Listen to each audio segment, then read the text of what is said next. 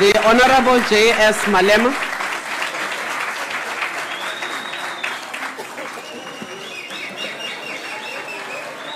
Thank you. Thank you very much, Madam Chair, and the President of the Republic of South Africa, and honorable members of this Parliament. Thank you for affording us an opportunity to respond to the State of the Nation delivered by our President. We want to acknowledge and greet millions of South African workers, the poor, downtrodden and dejected masses of our people, particularly 1 million plus South Africans who voted for EFF, to come to this Parliament and represent the agenda of economic freedom in our lifetime, without any fear of contradiction. Our people mandated this movement, the EFF, to come and speak on behalf of the homeless, the landless, domestic workers, security guards, farm workers, cleaners, waiters and waitresses, recipients of social grants, construction workers, the unemployed and poverty-stricken masses of our people who are forgotten by the ruling elite, which is in bed with the oppressors and the imperialist forces. I thought it was going to be difficult for me to carry this mandate with a serious commitment against the party which taught me everything I know today about politics. But this was made easy by seeing Mr. Martinus van Schalkwyk on the benches of the ruling party. I then quickly remembered that, by the way, we are not opposing the ANC we joined then, the ANC of Lawrence Pukanuke, but we are opposing the ANC of Martinus van Schalkwyk and Cyril Ramaphosa. Mr. President, when you spoke yesterday, you reaffirmed this belief that indeed we have chosen the correct path because you no longer represent the hope of the hopeless masses of our people. Your speech yesterday was uninspiring and lacked the central theme, Mr. President. No one will remember what you said last night except that we should clean on Mandela Day, which was the only emphasis you made, and maybe because you thought it was the simplest subject you had to deal with in the whole speech last night. What was supposed to be the simplest subject for you has proven to be more complex than you thought, Mr. President, because your cleaning instruction goes against the wishes of President Mandela, who said it must be left to individuals' choice on how they wish to remember him or celebrate his life. I'm sorry, Mr. President, I won't be cleaning on Mandela Day. I will be involved in a more productive activities which will leave long-lasting legacy and remembrance of our world icon. And those activities will, amongst others, include the rebuilding of mud schools in the Eastern Capes and point of order, please. On a point of order, Tate Malema, please. Honorable Chairperson, the Speaker called the Deputy President of the Republic, Cyril Ramaphosa, and I think he's honorable as the member of this House. Can you rule on that? Thank you. Honorable Malema, the Honorable Deputy President of this House is an honorable member of this House. No problem, Honorable Cyril Ramaphosa. Mr. President, you tried to speak about radical socio-economic changes in your speech last night, but nothing you said was radical. Instead, we had a repetition of what has been said before. I know very well that your attempt to make radical economic changes your central theme in your speech last night was a direct response to the existence of EFF, or even an attempt to delegitimize it, but you successfully failed in the same way you failed when you introduced the red beret to counter that of the EFF during elections campaign. You and your party should stop playing with semantics, especially when it relates to a radical economic agenda, because you lack courage and you have sold out the revolution. You don't have what it takes to lead the struggle for economic emancipation of black majority, particularly Africans. You are extremely scared of white people, particularly white monopoly capital. You have in the past 20 years defended the privileges of white minority and continue with the exploitation and exclusion of oppressed black majority. The reason for such is because the elite pact that was forced upon the people in 1994 does not allow for radical economic transformation and changes. The pact defends the colonial and apartheid ownership patterns of the means of production, including property. The ANC is part of an elite pact that seeks to protect white monopoly capital and white minority privileges. And this has led to the formation of the EFF because there was a political vacuum and nature does not allow a vacuum. The EFF is here to lead the struggle to dismantle the elite pact and introduce the sunrise clauses. The pact has made you to even accept wrong things as the laws that run this parliament for the past 20 years. For example, the 1975 Act that makes it compulsory for members of parliament to join a certain medical aid scheme. You have been part of this illegal law and unconstitutional law for the past 20 years. It only took the EFF less than 100 days to reject this law, and parliament lawyers have agreed with us that indeed this law was unconstitutional, a law you complied with. This elite pact is reflected by the fact that the most prominent statue in this parliament is a statue of Louis Botha. The one of Nelson Mandela is a very small and is hidden behind the statue of Louis Botha.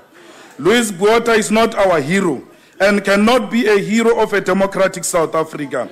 He's a colonial warmonger who fought for the exclusion of black and indigenous people from running their own country and affairs.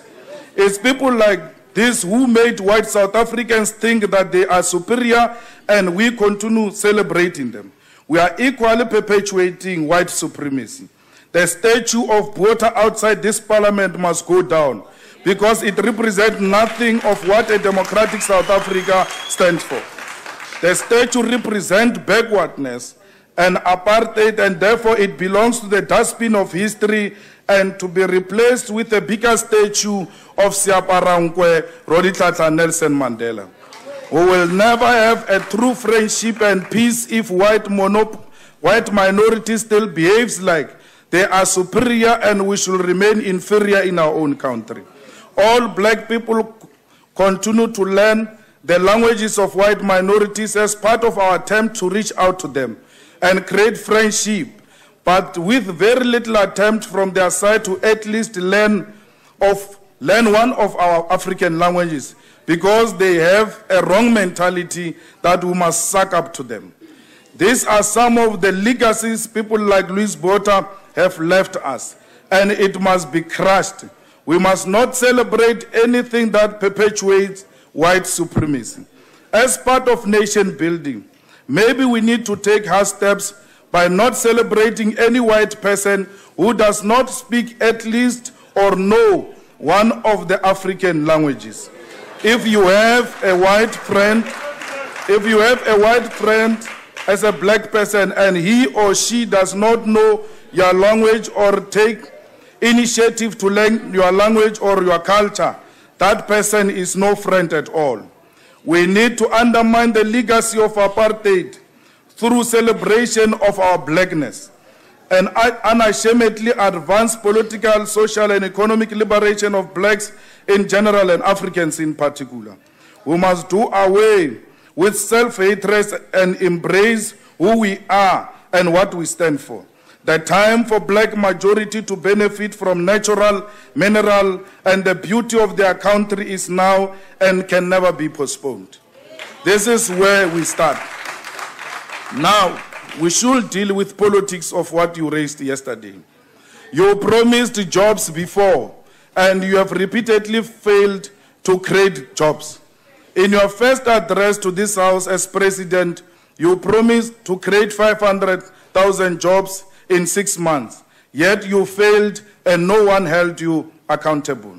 Our people are being called upon to celebrate 20 years of freedom, and we really do not know what they should celebrate because the past 20 years has been 20 years of suffering and the poorest of the poor. Yes, sir. Agbare Speaker, is die agbare lid bereid om 'n vraag te vra? Is 'n baie maklike vraag. Ek wil vir hom vra, why does he deliver his speech in a white man's language of English, not in his own mother tongue? Honorable Malema, are you prepared to respond to the question? I have no time for racist questions. Our people are called upon to celebrate 20 years of freedom. We really do not know what they should celebrate because the past 20 years has been 20 years of suffering of the poorest of the poor. It has been 20 years of joblessness and unemployment for majority of our people, in particular the youth. 35% of South Africans capable of working are unable, and majority of those who are employed are paid very low salaries. Mr. President, whatever you have said about jobs has been a false and inconsistent as the performance of your party for the past 20 years. However, you look at it, in 1995 unemployment was 15%, and now at this moment it is at 25% or 36% with an expanded definition. 70% of this demographic are youth. This is your legacy. You have more than doubled unemployment. More than half of the working people earn 3,300 or less. A third of all workers are now employed through labor brokers. And we must also remind you that 2014 is a year in which you said you would have halved unemployment in 2009. You also promised to distribute 30% of the land in this very year. You promised to halve poverty by 2014. You promised to provide security of tenure to 400,000 households who live in informal settlement. You keep making the same promises and misleading this House, and honorable members clap hands. They encourage this mediocrity, lack of leadership, and misleading of the nation and the poor. You are a man of tradition, Mr. President, a tradition of empty promises. Now knowing you will not be there in 2030, please say nothing about 2030 because you will not be there. The President said a minimum wage shall be investigated. There is no need to investigate. This House must show leadership and courage. The workers have already shown the way. For 5 months now, workers in the Platinum Belt have been on the strike, which demonstrated their genuine determination. They are looking for 12,500, which the ANC government massacred 34 of them 2 years ago for it. In honor of those who died, let this House legislate 12,500. This will be a sign of showing remorse and regret for the Marikana massacre. We also demand the establishment of Parliamentary Commission on conditions and the salaries of mine workers, including the auditing of the financial books. Chairperson, on a point of order here, the Speaker said the ANC government massacred people